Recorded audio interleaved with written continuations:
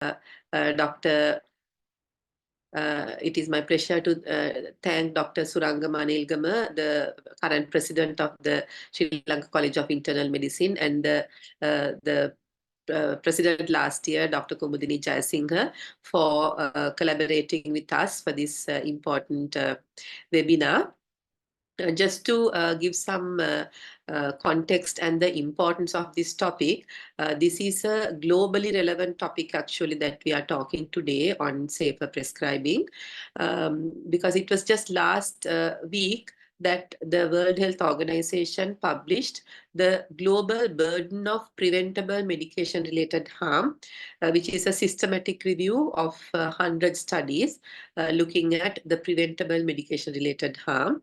And if I am to give some key points from that, the publication highlights that out of all medical errors that are happening in healthcare, medicines and therapeutic interventions account for nearly 50% of all errors. And out of all errors due to medication errors, errors in medication, out of all medication errors, prescribing errors is the leading cause out of all errors that are happening in the medication use process, starting from prescribing, transcribing, dispensing, administration and monitoring. The global figure stands at 48% of all medication errors are due to prescribing errors. And if you look at the errors that are happening in low and middle income countries, because this particular systematic review included 100 out of the 100 studies included, 30 were from low and middle income countries. And that shows that prescribing errors account for 78% of all medication errors out of the medication use process errors that are happening. So it's the leader in all errors happening in healthcare related to medications. So therefore, making the prescribing safer is a critically important factor. And as the College of Internal Medicine comprise all clinicians working as consultant physicians in hospitals, ensuring that prescribing is occurring safely and to make sure that the medicines that we give are rationally used and they are safely used is very important. So therefore, this is a very important topic, both Sri Lanka as a low and middle income country, it is particularly important. And we have also seen in many publications that are relevant to prescribing coming from Sri Lanka, that it is in Sri Lanka also, it is one of the leading causes of medication errors. So therefore, without further ado, I think I have given some data to show how important safer prescribing is to ensure safe use of medicines. I will now introduce the speakers from the Sri Lanka Association of Clinical Pharmacology and Therapeutics. We have a very eminent clinical pharmacologist, Professor Chandani Wanigatunga, who is the Senior Professor of Pharmacology in the Faculty of Medicine, University of Sri Jayawardenepura, and she is also a specialist physician in internal medicine. So Professor Chandani Wanigatunga is the senior consultant who will be doing this from the SLACPT. And we also have Dr. Shobana Mahendra Rajan, who is a senior registrar in clinical pharmacology and therapeutics. We now have a board certification program leading to board certification in clinical pharmacology and therapeutics, and Dr. Shobana is one of the senior registrars. So those two will present from the SLACPT, and I will now invite Dr.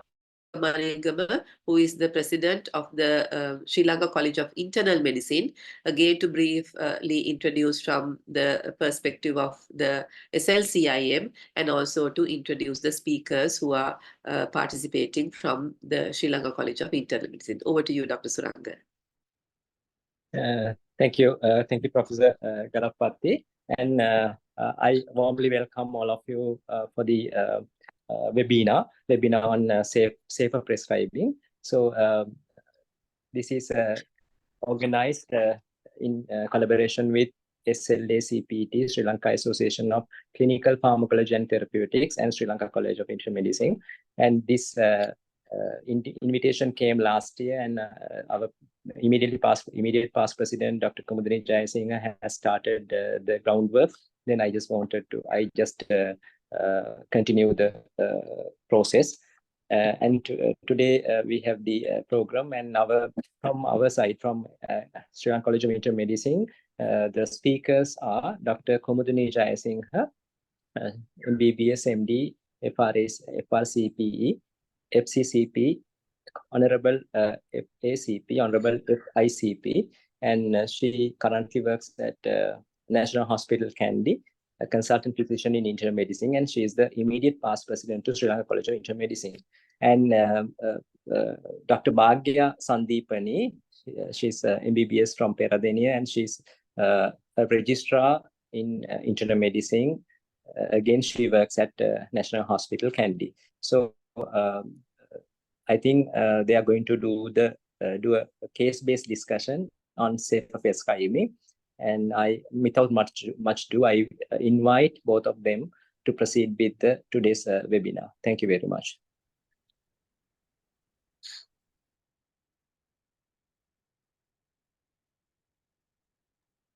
Father, can you share the slides?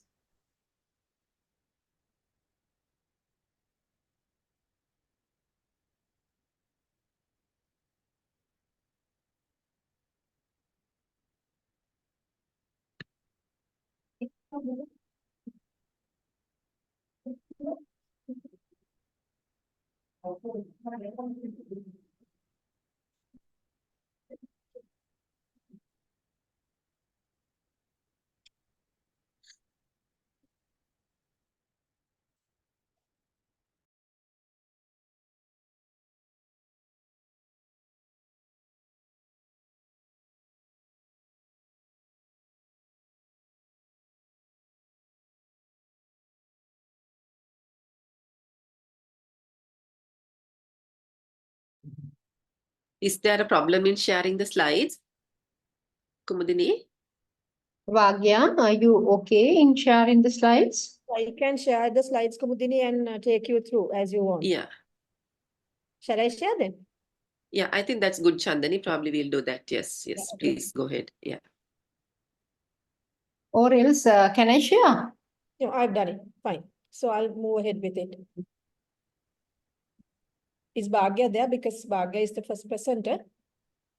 Yeah, I can see her. She's there. Bhagya, Okay, you're she's muted. You're muted. Can you unmute yourself, please? Okay, so I'll move the slides. You can tell me when you want to move to the next one.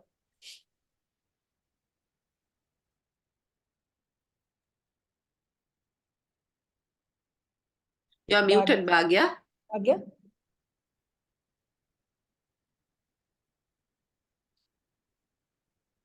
Please unmute yourself. There's a mute button lower down, and please unmute it.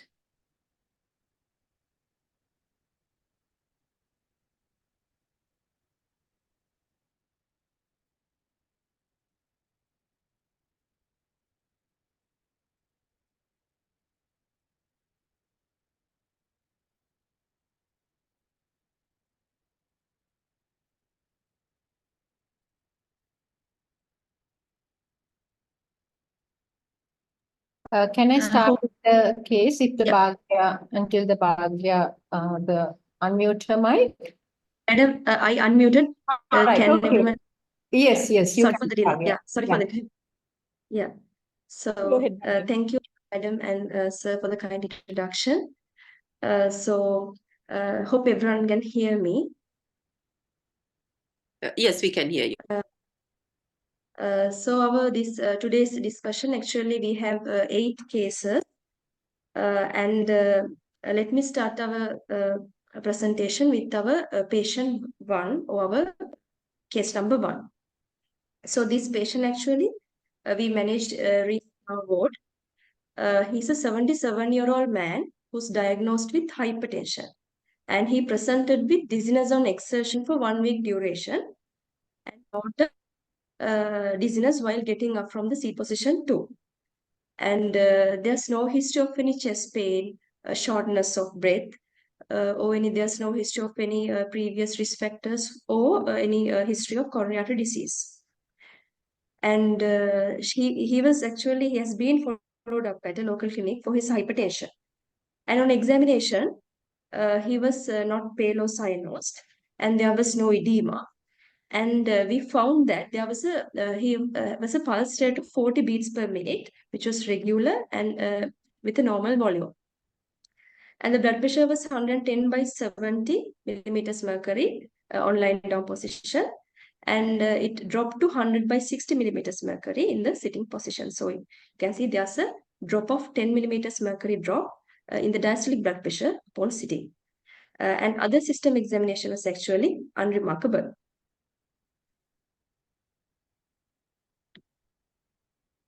Yeah, so these are his investigations. So on the right side of the screen, you can see his ECG. So there's you can appreciate that there is a marked bradycardia, which is a sinus bradycardia with a heart rate of around 40 beats per minute. And talking about his investigations, actually all the investigations were kind of normal, the count and the creatinine, but there was the sodium was low, which was 126 millimoles per liter. So that was the abnormal investigations. So if we go to his drug chart, so these are the drugs he was on. He was on captopril 50 milligram TDS, atenolol 50 milligram mane, diltiazem 40 milligram TDS, and HCT 50 mane. This was actually the dose. Initially, he was on HCT 25 milligram mane. Then it was recently increased to 50 milligram mane. Then he was on prazosin 0.5 BD, furosemide 20 milligram mane, clopidogrel 75 milligram nocte, and gemfibrozil 300 milligram nocte.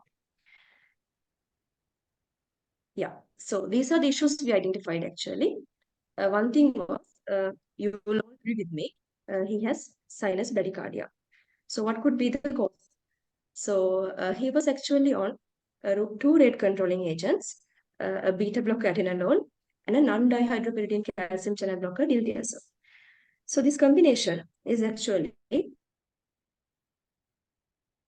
because the simultaneous use of this rate controlling agents has negative inotropic and negative chronotropic effects. So the simultaneous use of those two agents can give rise to very life-threatening adverse outcomes, as this patient had, which is severe bradycardia. So the lesson is never to use the two combinations together. And the other issue we identified was he had postural hypotension and low blood pressure.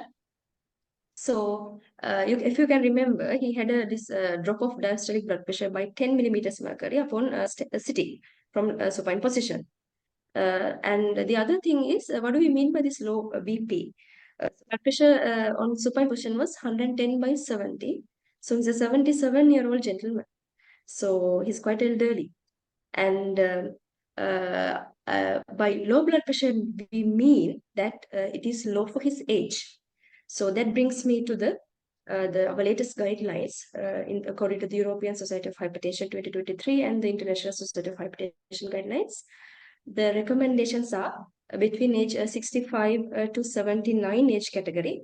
The blood pressure targets, they have set quite high blood pressure targets, like that for that age category, that is should be like the target is like 140/80. So this gentleman's blood pressure is 110/70, far below. So this is low for his age. And so we the other thing is he's on 6 antihypertensives, including furosemide. So so this could have I think that is kind of should not be practiced. And the other issue was this postural hypotension. So again, the possibilities are, one thing is he's on alpha blocker prazosin, and he's on two diuretics, furosemide and hydrochlorothiazide, and the other thing is ACE inhibitor. So all these drugs could be contributing to his low blood pressure and the postural symptoms, and particularly related to this prazosin. So we should be careful when we are using these alpha blockers in the elderly, especially if they are having postural symptoms and postural drops. So the message is, the one thing is their blood pressure. Here the issues we identified is multiple antihypertensives given rise to low blood pressure and postural hypertension. Those are the issues we identified in one issue. And if you move on to the next problem, another issue was this hyponatremia. If you can remember, his sodium was 126. So again, this is likely drug induced. So he was on 2 diuretics like furosemide, hydrochlorothiazide, and again ACE inhibitor captopril. So all of these drugs are known to cause hyponatremia, which is a common side effect of these antihypertensive medications. And this the use of furosemide in this gentleman, which is we couldn't find actually an indication, because this furosemide is not recommended to be used in normal hypertension with uncomplicated hypertension. So it has a place if the eGFR is less than 30, or if there is features of volume overload or edema, secondary heart failure, or nephrotic syndrome. So using furosemide in this gentleman is also, we thought, which is inappropriate, and it is not indicated actually, and which has caused side effects, unnecessary side effects like this hyponatremia. And the other issue, there are two. So the other 2 issues we identified. One was this use of clopidogrel. So probably it must have started for primary prophylaxis for coronary artery disease. So if you go to the guidelines, the latest guidelines, this aspirin has been actually studied in the context of using in the context of primary prevention of coronary artery disease in hypertension. So the studies have shown that there's no benefit to use aspirin as a for primary in patients with hypertension alone. So this clopidogrel and the drugs like prasugrel, ticagrelor, those drugs have not been studied yet. But according to the latest recommendations, so these anti-platelet agents are actually not recommended according to the current available data. So again, it is an inappropriate prescription. And the other thing is, the last issue was this use of Prescribing, which is actually a lipid lowering agent specifically given for hypertriglyceridemias. And usually it is not a first line agent to start with. And usually statins are the first line therapy for any kind of hyperlipidemias, and even for hypertriglyceridemia. So use of gemfibrozil as a first line agent here in this gentleman, we thought it was inappropriate. And this is usually gemfibrozil can be used as an add-on therapy to statin. So those were the issues we identified in this prescription. So keeping those things in mind, we'll move on to our next patient. Yeah, this is our patient number 2, who's a 52. Again, we managed this patient recently in our ward. 52-year-old diabetic patient. He presented with frequent episodes of lethargy associated with profuse sweating, tremors for 1 week.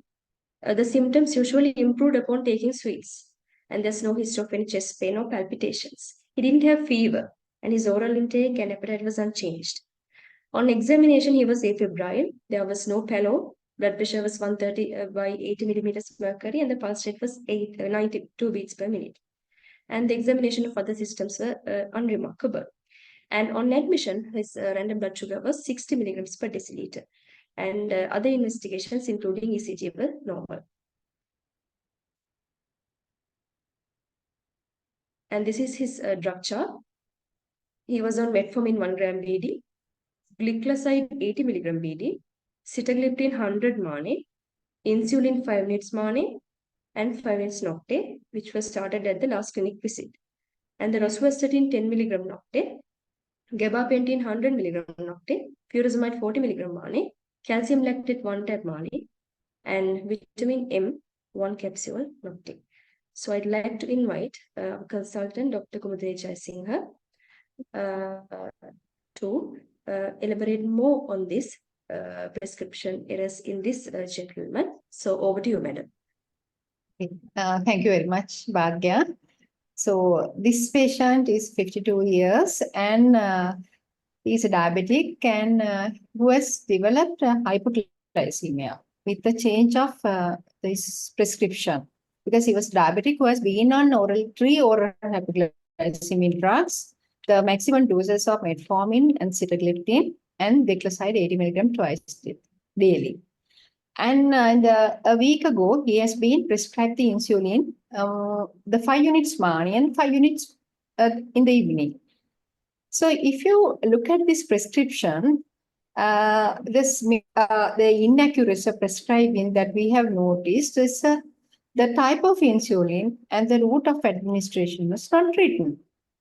So this could be even the mixed because it has been prescribed twice daily. However, dose distribution again is not compatible because we know the mixed that we usually give the twice in the morning, 2/3 in the morning, and the 1/3 in the evening. So is this isophane? So it's again not the usual practice to give isophane from the clinic. And this cannot be the soluble insulin as well because it's only prescribed twice daily. So this has to be mixed hard. However, the pharmacist, he would have an issue regarding the type of insulin. So this is a major a prescription error that we have identified in this prescription. And other than that, there's kind of an inappropriate prescribing with addition of this insulin is indicated here because which has led to the hypoglycemia in this patient. Because rather than adding insulin, the doctor could have increased the triglyceride in this patient. The other thing is we could not find the indication for use of furosemide in this gentleman. Again, as Bhagya said, they did not have the fluid overload, any edema or heart failure, anything in gentleman. It's again the inappropriate prescribing.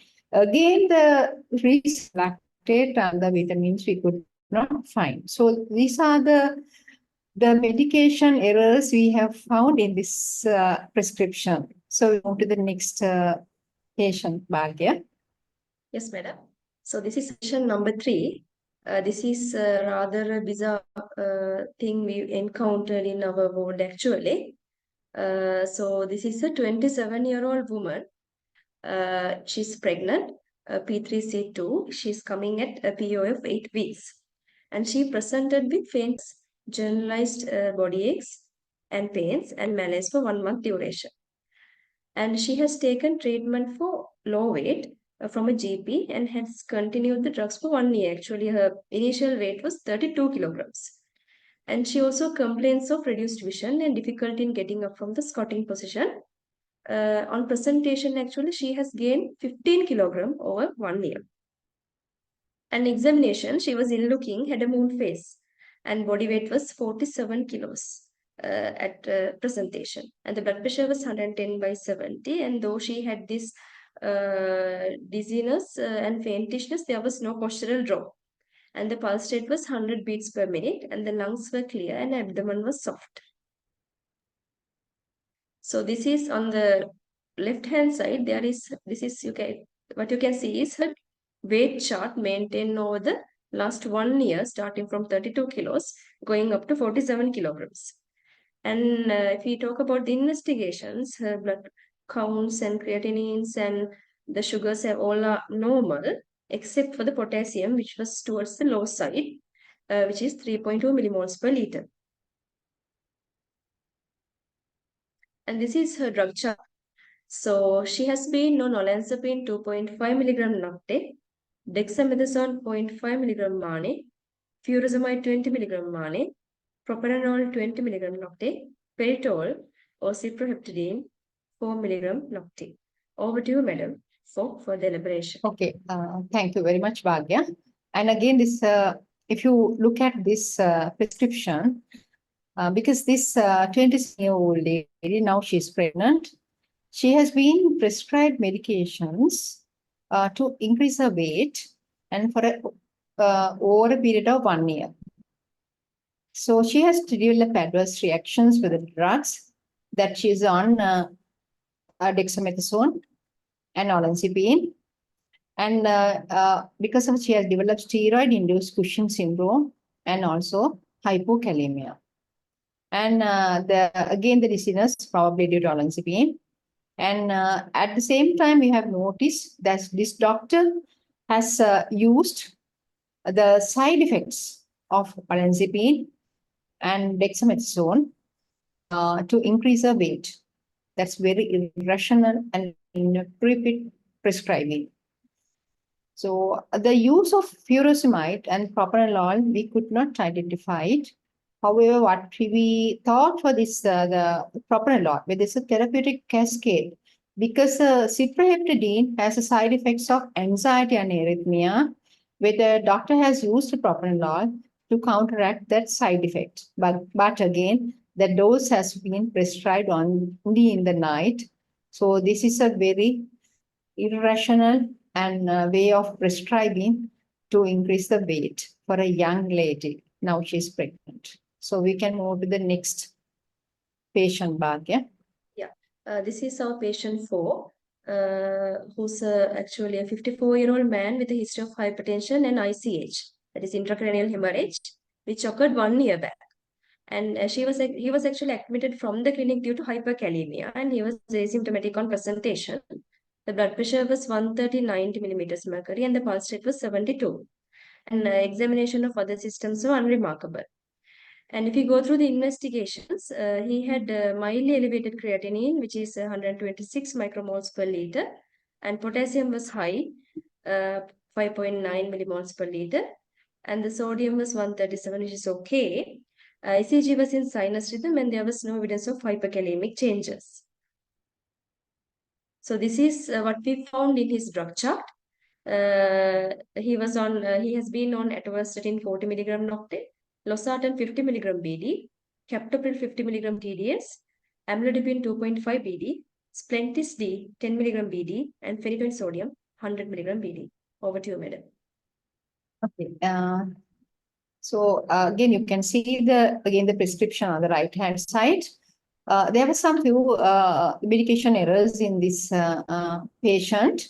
One thing is a patient has started on this 2 RAS blockers, that's losartan and the captopril, and both are potassium sparing antihypertensives, which has led to the life-threatening side effect of hyperkalemia. In fact, the guidelines have suggested not to use the ACE inhibitor and the ARBs in the patients for hypertension simultaneously, and it's more harmful and not recommended. See the study called On Target, and they have found this combination of these 2 drugs can cause adverse cardiovascular events as well as the worsening renal functions and the hyperkalemia. That's the one issue that we have identified in this prescription. The other thing is this patient has been started the splentis D and phenytoin sodium following this ICH, which has occurred a year ago. Actually, the splentis D is it's a combination of diclofenac sodium and serratiopeptidase, or 10 to 15 milligram. This is actually a drug which can be used as an anti-inflammatory drug. Usually, it's been prescribed in patients with rheumatoid arthritis. Again, it's not recommended by, not approved by the NMRA. But again, there's no the rationale for using this for a patient who had ICH. And again, the phenytoin sodium, if we start it for the prophylaxis, this has to be discontinued after 6 months. You cannot give it a long term. So these 2 medications are inappropriate in this prescription. So we can move to the next patient, Bhagya. Yes, madam.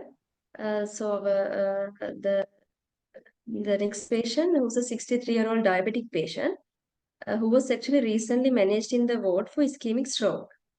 And then upon discharge, he attended the clinic 2 weeks later, and he was asymptomatic on presentation, and no further investigations or details were available. So, and this is the drug chart we actually found. He was on cardiopin 100 milligram noctate, aspirin 75 milligram noctate, rosuvastatin 20 milligram noctate, atorvastatin 20 milligram noctate, estimate 10 milligram noctate, glycoside 60 milligram mane, metformin 500 BD, and losartan 50 BD. Over to you, madam, for the discussion. Again, there are inappropriate prescribing because the concomitant use of drugs of the same class, like cardioprin is again the trade name of the aspirin, and the patient is on rosuvastatin and the atorvastatin, both are the statins. So there's no indications to prescribe the two statin in this patient, so as the cardioprin and the aspirin. So this is most likely has been prescribed by likely a junior doctor because probably with lack of knowledge. So what we want to highlight here is the prescriber should have an idea about the medication that he or she prescribes, or at least they should discuss with the senior doctors. So these are all the cases that Bag and myself going to discuss. Next, Professor Shandini Vanikatunga and Dr. Sopana will discuss from the case 6 onwards. Thank you, madam. And thank you, Bhagya. Good afternoon, everybody. I am Dr. Shobana. Today, we are discussing an important topic that affects patient safety and healthcare outcomes, the prescription errors. As continuation of the discussion, I will addressing the 6th example of the prescription error. So this is the story of a 65-year-old gentleman who is diagnosed with diabetes and hypertension for last 10 years. And he also had a myocardial infarction before 3 years ago and underwent renal transplantation before 2 months. And he was admitted to the ward on with one episode of generalized tonic-clonic seizure and loss of consciousness. And on examination, investigation found to have his capillary blood sugar was 20 milligram per deciliter. He was treated with intravenous dextrose and regained consciousness. Upon further inquiry, he had recurrent hypoglycemic attacks almost every day in the last 2 weeks. And the hypoglycemic attacks occurred after the prescription of dapagliflozin that was before 3 weeks. So on examination, there was no abnormality was detected, and then to the investigation is capillary blood sugar is varying range in what it's 70 to 200 milligram per deciliter, and in lipid profile the main abnormality was identified as is LDL cholesterol level is 110 milligram per deciliter, but his target should be 55 milligram per deciliter. And he was other than the investigations, other than the above investigation, others should normal. So he was discharged with the following drugs that aspirin, clopidogrel, atorvastatin, prednisolone, and so on. When we see the prescription, we identified some errors because the patient had hypoglycemic attacks with one major hypoglycemic attack. So that was happened after the prescription of dapagliflozin. It is usually in the diabetic, we can combine the drugs. But here, when we prescribe the dapagliflozin with insulin, usually because of the synergistic activity of the dapagliflozin and insulin, the patient more prone to get hypoglycemic attack as occurred in our patient. So when we start it, then we should reduce the insulin dose with the proper monitoring. And this patient also prescribed a sliding scale of insulin upon discharge. It is difficult for the patient to understand. The sliding scale can be used in the ward management, but when we discharge the patient, it is inappropriate to prescribe the sliding dose. And then the dose of insulin is very small. So in that case, should the need for the insulin should be questioned. Can't we manage only with the oral hypoglycemic medications? So that is a question here. So the insulin can be omitted and observed, and we can try to manage with the oral hypoglycemic drugs in this patient. Then secondly, shall we go to about the lipid profile, because as he is a very high risk patient for the cardiovascular risk. So the need to target of the LDL here for this patient is 55 milligram per deciliter. But in the after renal transplantation, the guidelines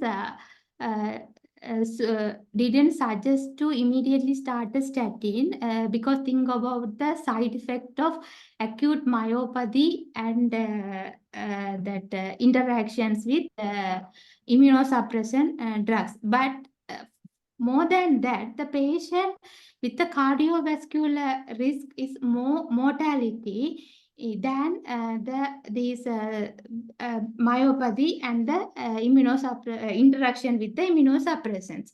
So first try with the diet and exercise, but if we couldn't achieve the target level, we can start the statin therapy. In this patient, they start statin therapy 20 milligram knocked, but the thing is he couldn't achieve the target therapy as 55 milligram deciliter here. So in that case, with the proper monitoring, we can increase the statin up to the patient tolerance.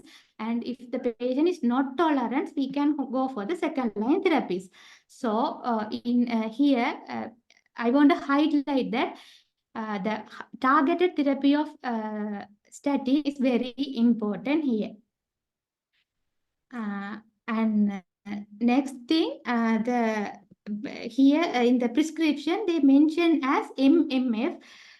Usually the MMF is, we can understand it is denoted to the mycophenolatoyl mofetil, but it is not globally accepted abbreviation to use in the prescription. We can use in the article this article as this abbreviation, but it is not in the prescription. The prescription, we should write the mycophenolate mofetil.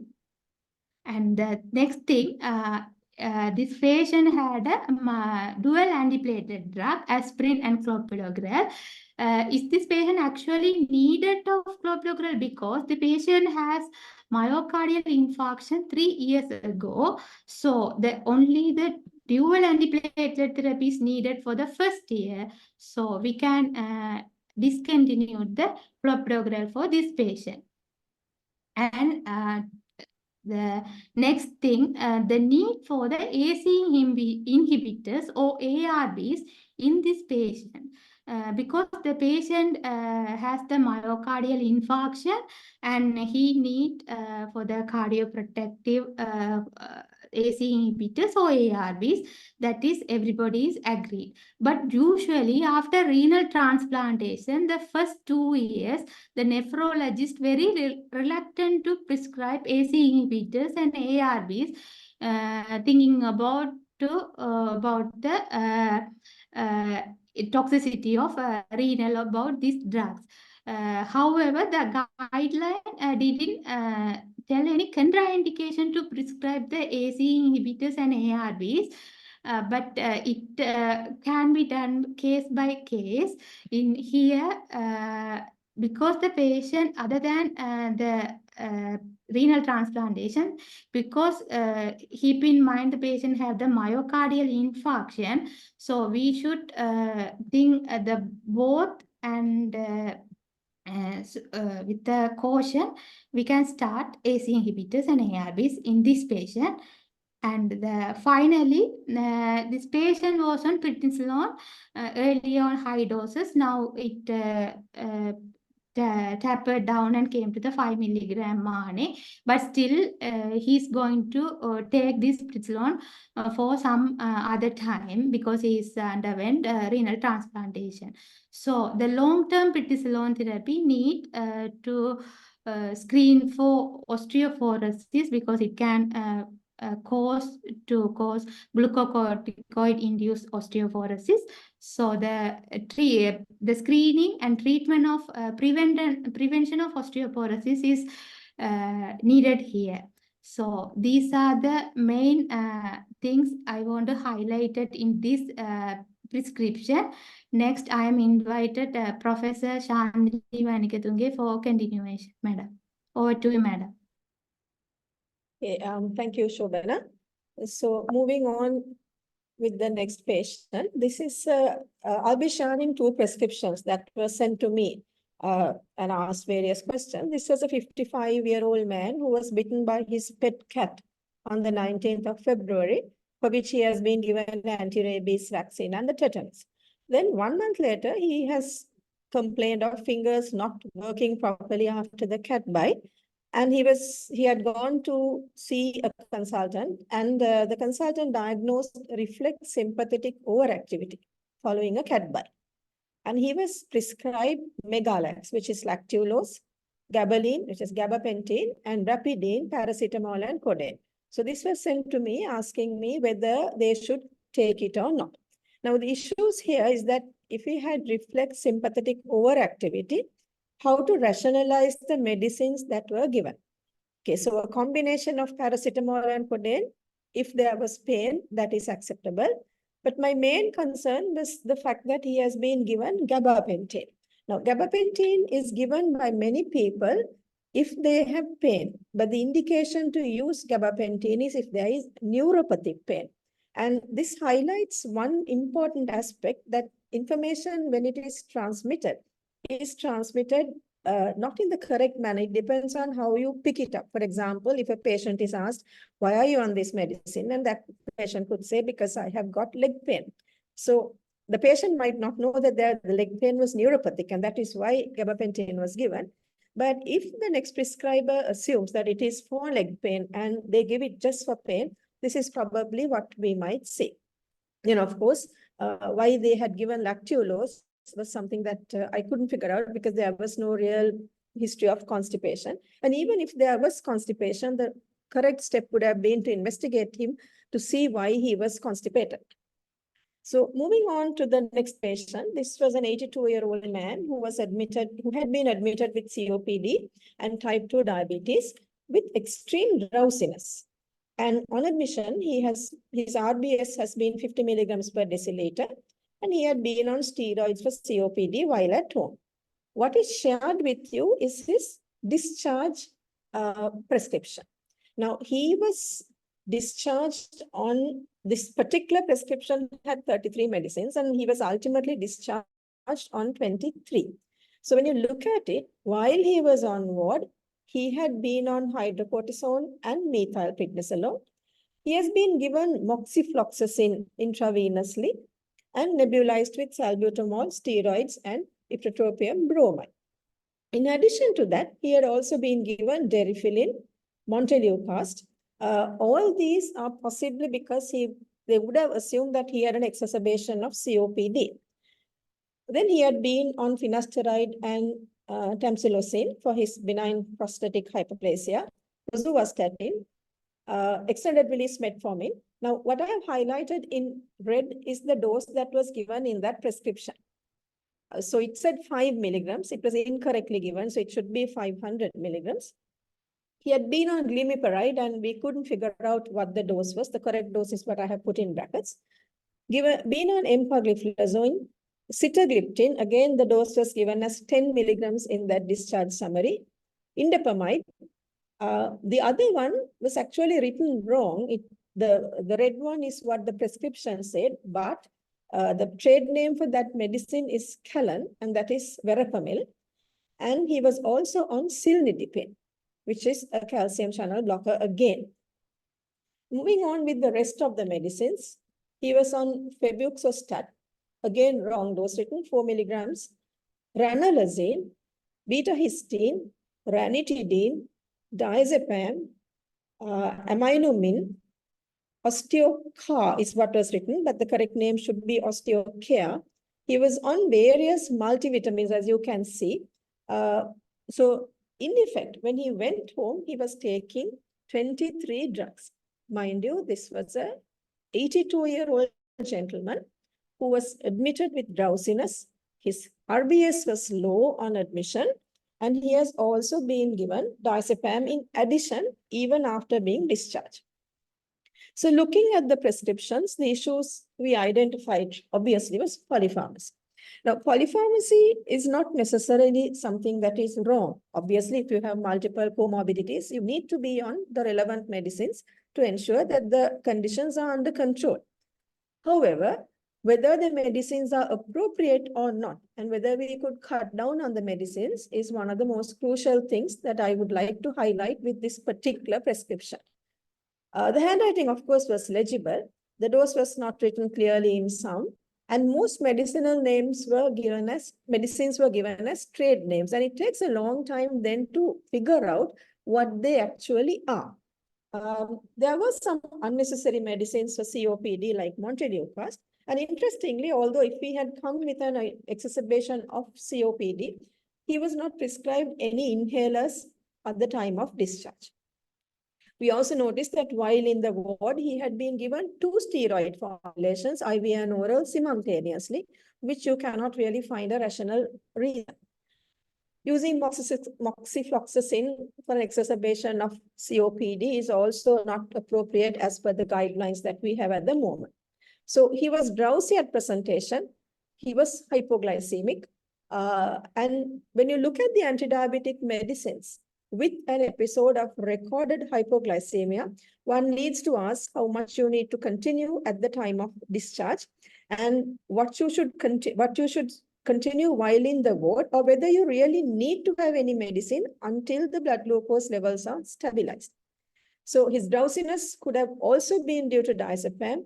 It could have also been due to beta-histine, which were probably not considered at the time of discharge because the diabetic medicines had been reduced to a large extent at the time of discharge, but he was continued on diazepam and beta-histine. 2 calcium channel blockers again, verapamil and cilnidipine. There was no real reason for giving albumin, ranolazine, or febuxostat. Ranolazine, as you know, is an anti-anginal. Febuxostat is given for hyperuricemia. Albumin is one preparation that is being used pretty widely and in most instances without a valid indication. So why are we giving these medicines when they are admitted is something that we need to consider.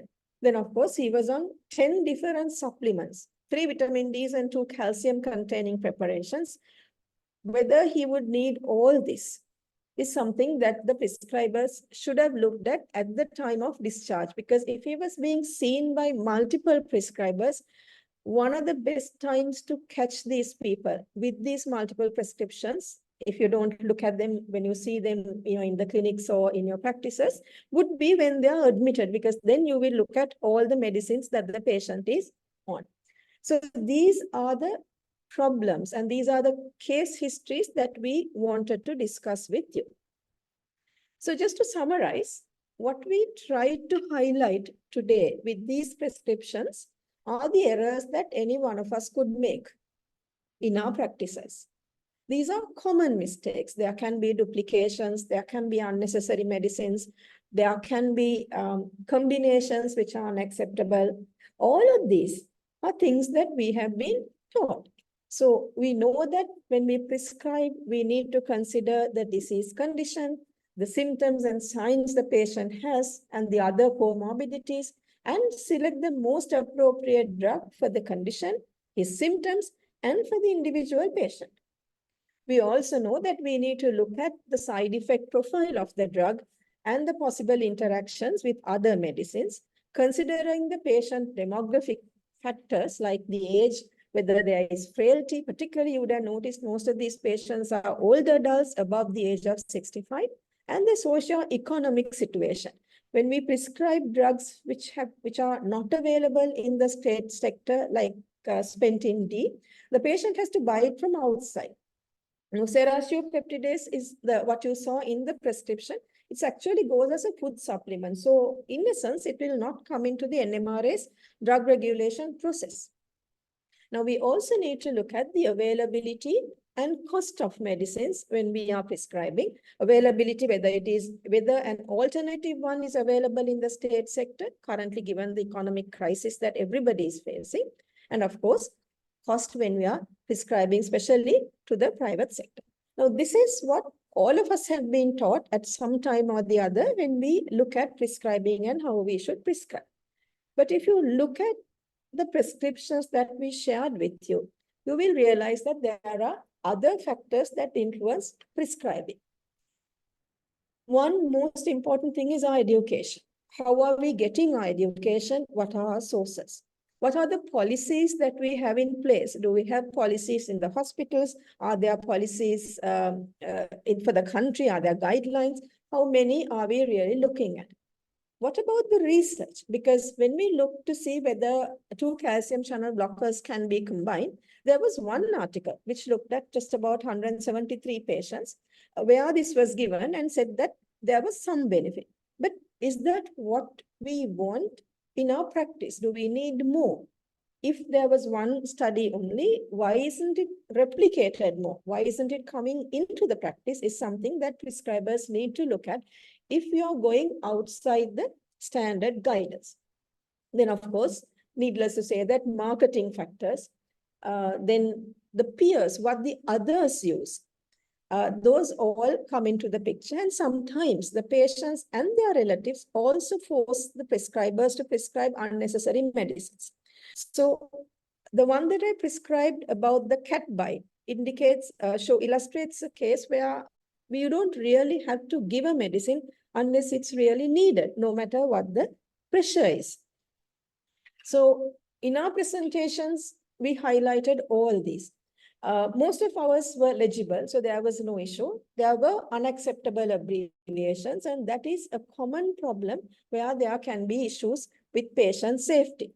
Of course, all these prescribing errors, inappropriate or irrational prescribing, underprescribing again is important where the necessary drugs are not being prescribed or we are not moving the doses to achieve the targets that we need to achieve. We found errors in dose selection, then certain changes that can happen in transcription. So a doctor will write it on the BHT, it will be transcribed by the nursing officer to the drug chart, and there can be issues during that process which can give rise to medication errors. We also saw in our prescriptions duplications of medicines. And of course, failure to re-prescribe when a drug is no longer indicated. It could be after an acute event like hypoglycemia, where you need to critically look at the medicines that the patient has.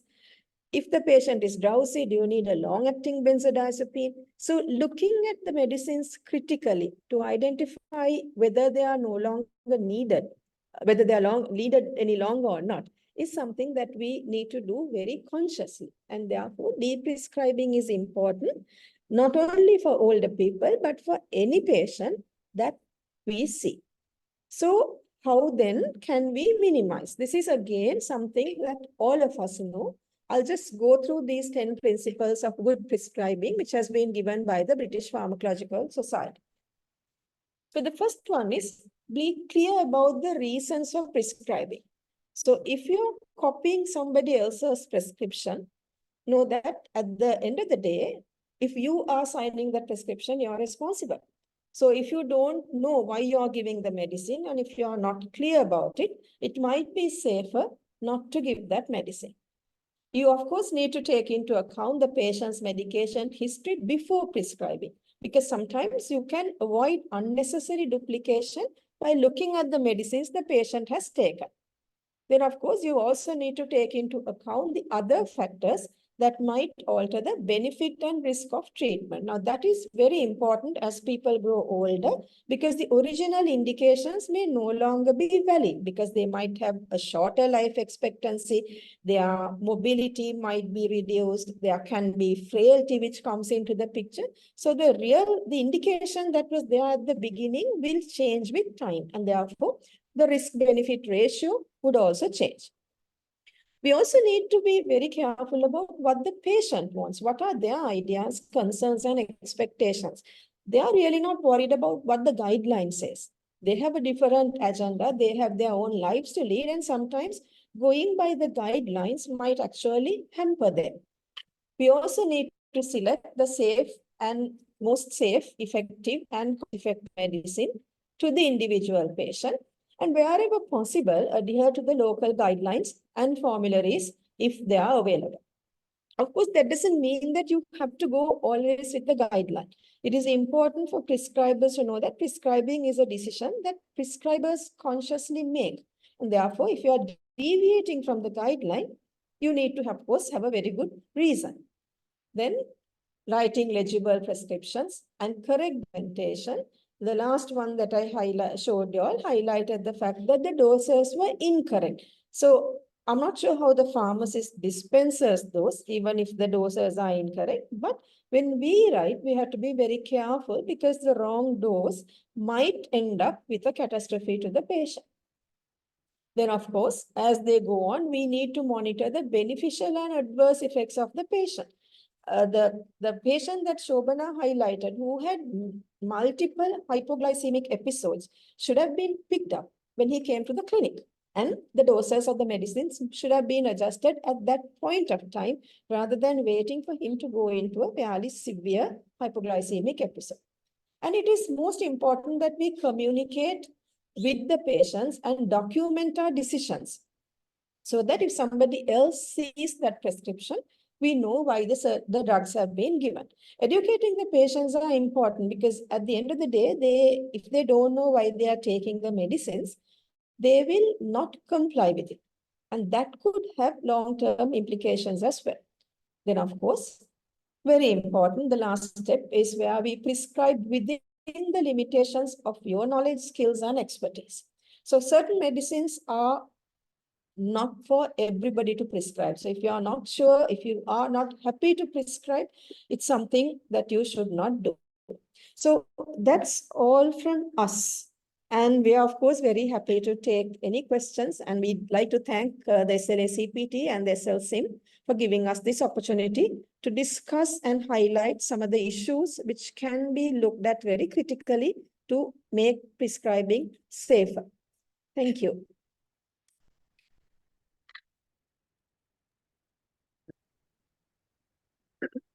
Thank you very much. Again, Chandani, Kumudini, Shobana, and Bhagya, all four of you. I think you all presented, 8 cases which cut across all types of healthcare situations and which are prescribed at all levels of healthcare.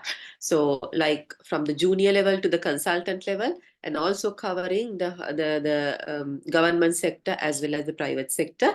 I think this is a very, very important dialogue that we need to continue because there are many guidelines on how to prescribe, but there aren't that much on how to de-prescribe. Therefore, I would like to, I don't see any questions actually on the chat forum, although I, invite everybody to submit any questions through the chat forum if you want to clarify on anything.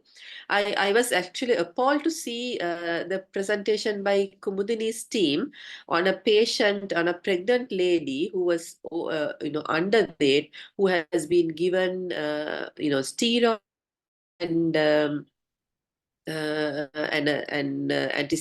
olanzapine, as well as another medicine for increasing weight. Is this something, Kumudini, that you all see often? I think this type of things we need to probably highlight even more probably in publications as well. I was just thinking we should try to highlight some of these some of the case reports in a journal as well, or in one of our newsletters. Over to you, Kumudini. No, this is not a common way of things. Actually, this is a kind of a first time I also have seen such a prescription which has been given over a period of 1 year, which is unbelievable. Again, this from an MBBS doctor. Yes, that is, yeah, so sad to see some of the patients being subjected to that. Suranga, you want to come in and give any suggestions, thoughts on the cases that were presented? Yeah, I think I thank all the speakers for having a very eye-opening webinar and the on-time topic.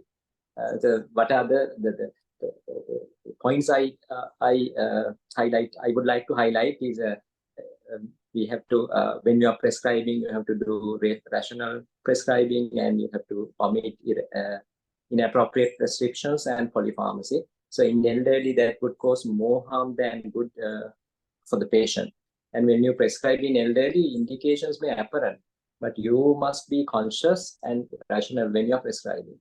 And when it comes to prescription errors, so if you are a junior doctor, you may be busy when you're prescribing, but you have to make sure that you need to recheck before dispensing the prescription to the patient. And there can be some errors. And I would propose you to recheck your prescriptions before handing over it to the patient.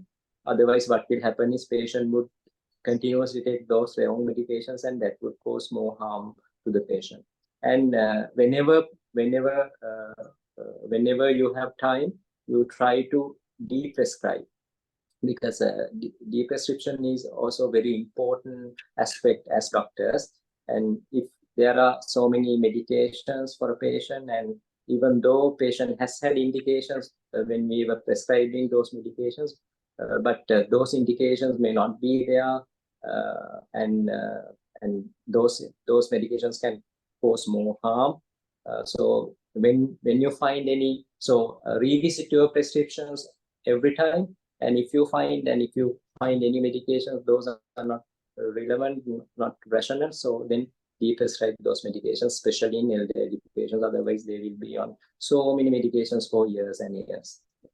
And do we have any other questions from the audience? And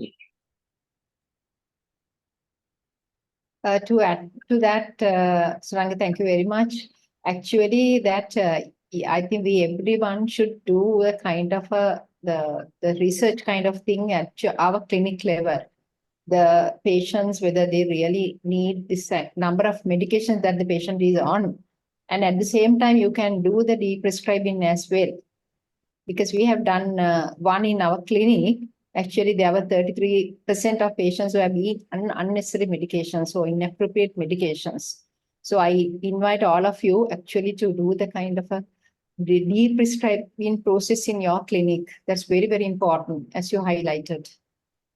And I think in your case number 2, patient was on clopidogrel unnecessarily. So we see a lot of patients on dual antiplatelets, so clopido, aspirin unnecessarily without any indication as primary.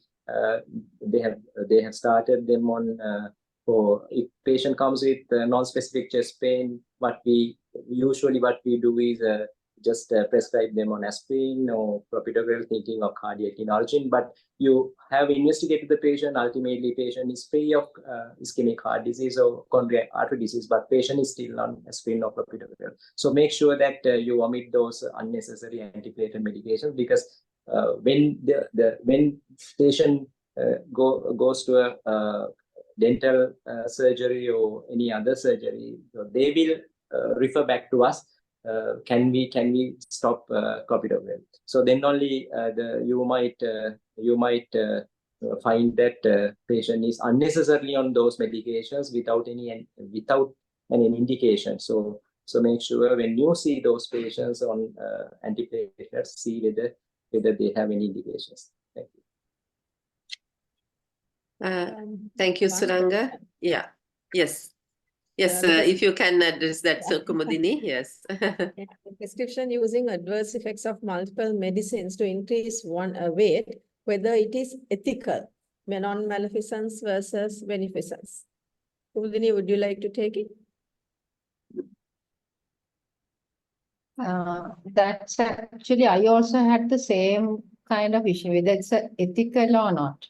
However, in the prescription error, medications errors, there's no category called ethical or unethical. So that was a kind of thing I have asked from the first Chandani also, whether there's a thing like this in the prescribing.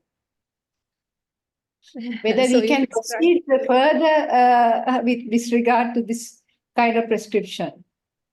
I don't think we can do anything legally other than, of course, educating our patient, the doctors and, of course, the patients. But the question raises a very valid point. What is ethics? So when you look at the ethics, the most important thing is that we do no harm. And here there is an obvious harm happening to the patient. So that's one of the major ethical problems that we see with all unnecessary medicines, because they can cause problems. And this, of course, is using adverse effects of multiple medicines. A lot of people actually do that, and they don't understand that the adverse effect is actually an adverse effect. So it would be unethical, but I'm not sure whether we can do anything apart from, sharing knowledge like this among ourselves. Priyadarshini, anything to add? Yeah, I think Chiranti has raised her hand, so I would invite Chiranti to speak, please. Yes, she says the doctor knowingly uses the medicines, it's not really an error. Good point. Yes, they know. They really know is the issue, no? Chiranti? Madam, like obviously, this person knows that olanzapine causes weight gain, steroids causes weight gain, and using that to show, I mean, the patient wouldn't have come and told the doctor, I give me olanzapine and dexamethasone. So the patient would have just said, I'd like to, increase my weight a bit. So it was the choice of the doctor to use it. And I wonder whether the patient was actually told, okay, look, I'm going to give you 2 medicines that are not really used. The primary indication is not gaining weight. It's an adverse effect. And if there was such a discussion, then it becomes a little bit blurry. Those, for me at least, those lines become a bit blurry. But if the doctor knowingly prescribed it, knowing it's an adverse effect, for a person who just comes with a problem, I don't know. I at least feel that it's really not an error, to be honest. Yeah, Chiranti, thanks for your suggestions. I think this actually brings down to, I mean, when you're prescribing, there are approved indications. And so any medicine, there are, based on the evidence, there are approved indications, which are the ones for which the medicine is registered for use. So if you are using any medicine which is for which it is not approved, then it is an unapproved indication. And there are some ones, like for example, metformin to reduce weight. It is still not a approved indication, but people use because there are some publications which actually support that.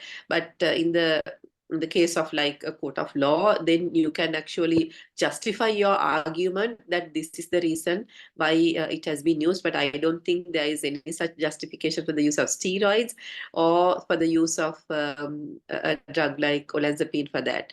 I actually thought, again, this is to both Suranga and Kumudini, that this is a very good dialogue that we are doing. I don't think this type of, prescribing discussions take place in many of the other webinars. So I actually want to propose another one, maybe with another we can involve some other units as well, so that it'll actually promote this dialogue between, and your college is the College of Internal Medicine, which all internal medicine physicians are there. So maybe that can make others also relook at this current problem, and towards the end of the year, I think we can probably try to have another one, because I think this highlights a very important topic which is not addressed by many other colleges. So many this type of issues can be highlighted. So that is one thing that I want to propose. And also I would request you to write this up. We will include this in these again with a brief case summary, the irrational prescribing, and to highlight again to all 4 speakers. We can put it in our newsletter, as well as some key ones actually good to be put into a Sri Lanka Prescriber article on rational prescribing. We can highlighting these cases, we should be, so we will get back to you on that. But these are things I think which we can take it forward to take this as a movement to get people to look at the prescriptions very carefully, and to address these prescribing issues. Again, you all highlighted particularly the elderly. The studies have shown that most of the prescribing errors occur mostly in the elderly, older people. They are the ones who are given many medicines, and the higher the number of medicines, higher the errors. And this type of irrational prescribing is also higher in those people. Okay, I don't think there are any questions. I would request Suranga to wrap up and thank the speakers, please. Thank you.